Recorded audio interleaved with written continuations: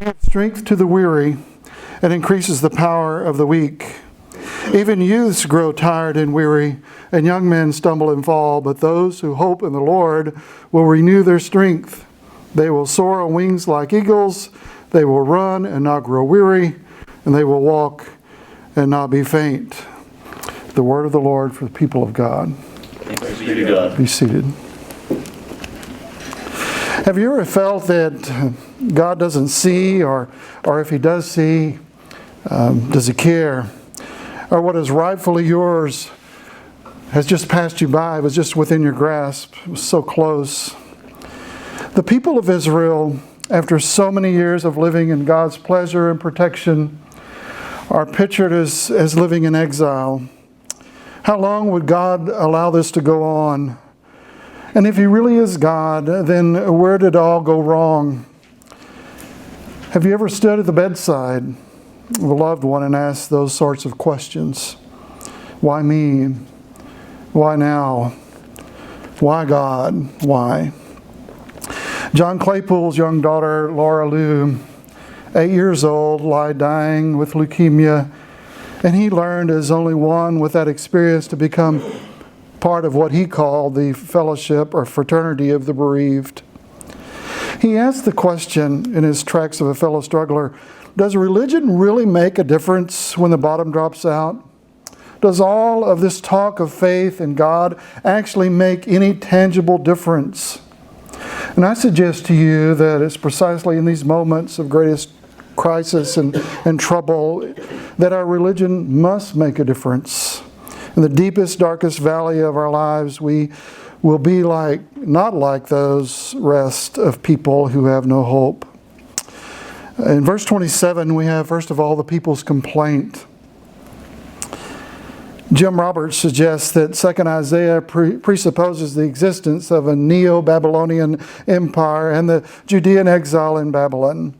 The writer of this section of Isaiah also presupposes a discouraged Judean audience in exile that seemed ready to believe that their God Yahweh had abandoned them and was unable to compete with the great gods of the Babylonian Empire. You can just hear the people of God. We've been here so long, and there is the whole Babylonian Empire between us and our God in the city of God. There's no one to plead our case, no one to help us. Different culture, different language, different environment, forced labor. There were no doubts the realists who see only the power of the nations. Imagine their thinking, after all, we've done our part, now it's God's turn to do His. We've done our part in worship, that's verse 16. We can tell God a thing or two about what to do, that's verse 14. It isn't the way things are supposed to be. God, don't you remember the covenant that you made to David way back there in 2 Samuel? Remember your history. I will establish the throne of His kingdom forever. I will be to him a father, and he will be my son. And your house and your kingdom will endure forever. Your throne established forever. And Judah was not taken in the Syro-Phoenician War in 734 to 732 BC. Israel falls in 721, and then Judah is sieged, but doesn't fall to Sennacherib in 701. So she's overdosed in Davidic promises, and therefore is totally devastated when in 586 she falls to Nebuchadnezzar.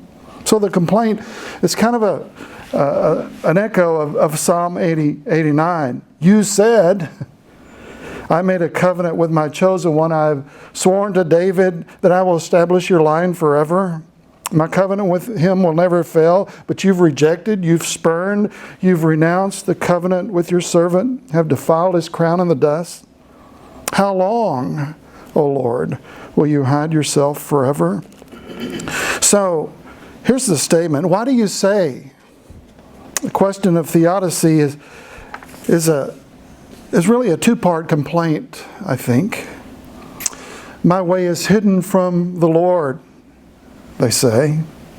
He may be God in Jerusalem, way down there, local deity perhaps, but not way up here in Babylon where we really need Him. Our complaint as well is, where is God when we really need Him most? Recall history of Israel. Moses at the Red Sea, as he told him, stand still and see the power of God in Exodus 14. Elijah's run to Mount Sinai after that great showdown at Mount Carmel, and he waited in that cave, and a strong wind, and then the earthquake, and the fire, and then the gentle whisper that said, what are you doing here, Elijah?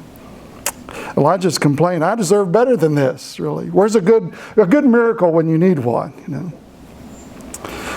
So there's the first. My way is hidden from the Lord. And then the second one, our right is passed over by God. We deserve better from God than this. So they're really calling God on the carpet. God, it's your duty to take care of us. Have you ever thought or felt that way or heard somebody say that? God just wants me to be happy. I can't believe God would allow this to happen. We don't ever act like that. We deserve better. She was such a good person. Now look at her. So near death. How can this be? So then there's the prophet's rebuke in verse 28. God hasn't forgotten Jacob. He's forgiven her. Verse 1 and 2. Comfort, comfort my people, says the Lord. And it isn't the royal way for Marduk, the chief god of the Babylonians, but a highway for the glory of the Lord to be paved. Verse 3 and 4. His word is sure and eternal. Verse 8. Grass and flowers fail and wither, but God's word will not. He's coming home to rule in Zion and bring good news. He's going to gather his flock and bring you back home again. Verse 9 through 11. He's creator and he's beyond comprehension. Verse 12. You can't figure God out and put him in a box the way you would like for him to be. The nations to God don't even measure as dust on the scales. That's in verse 15.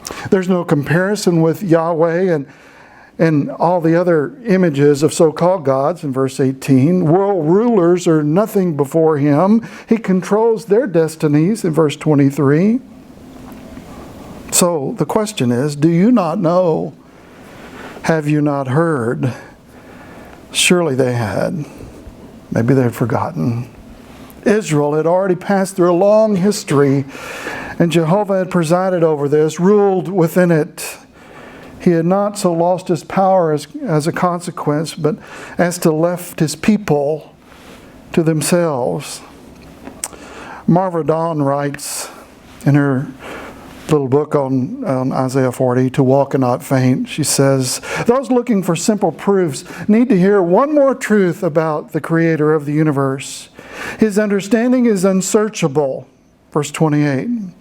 So when God doesn't intervene as we wish, when things don't change as we hope, it is not because God is not able or does not will it. He has reasons infinitely beyond our understanding.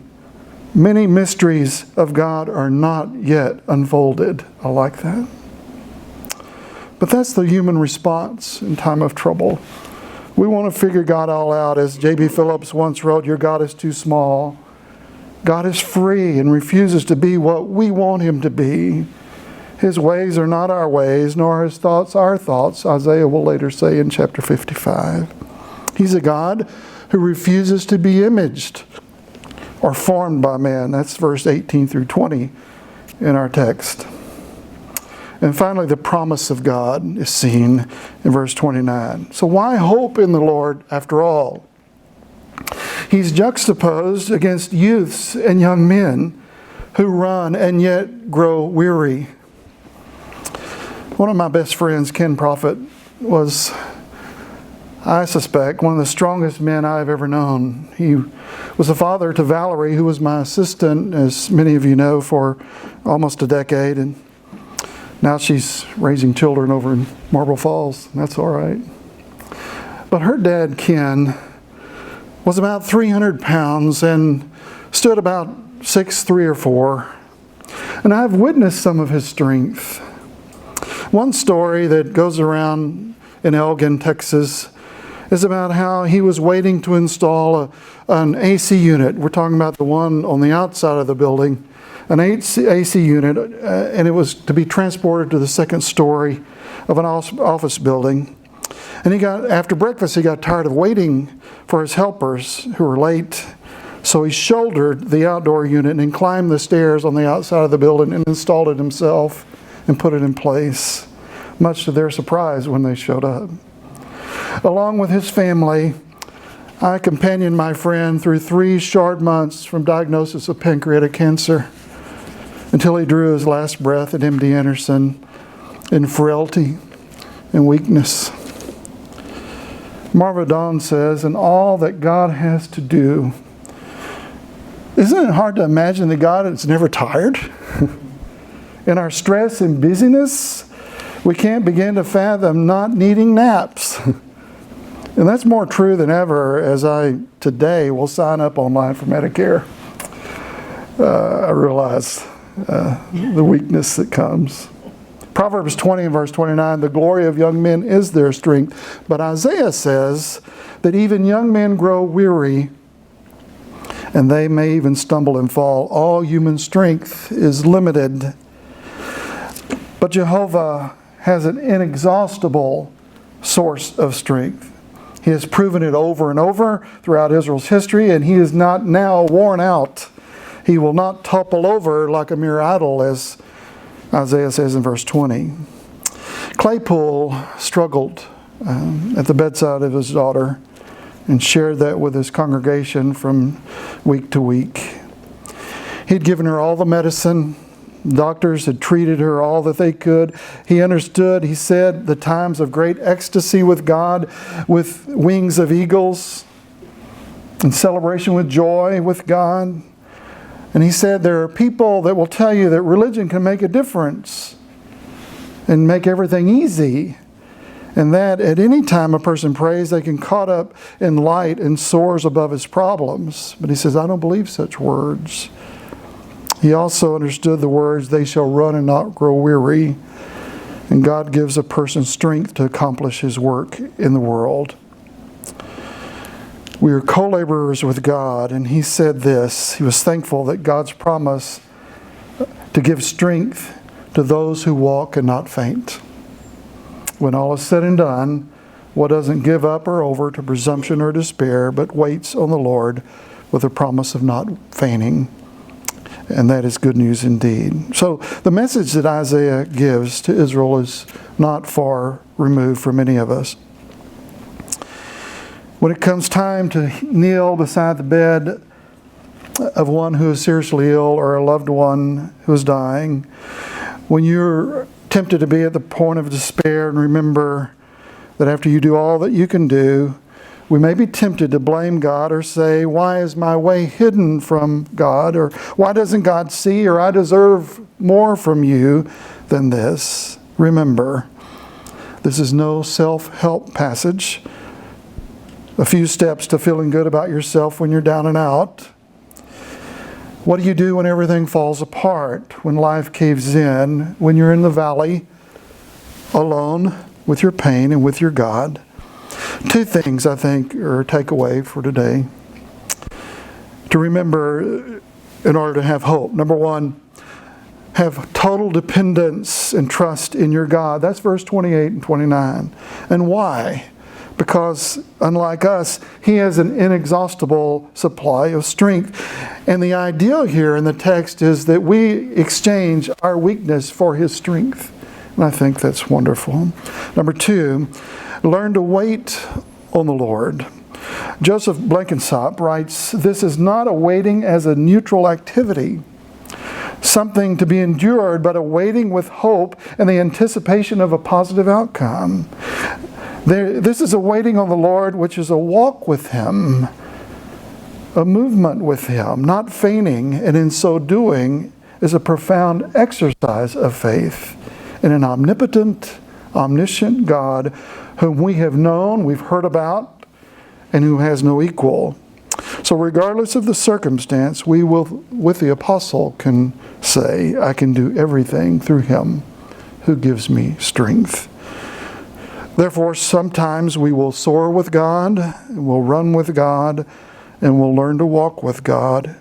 And in hope, we will trust and wait, and we'll walk some more, and we'll wait some more. and we will not faint.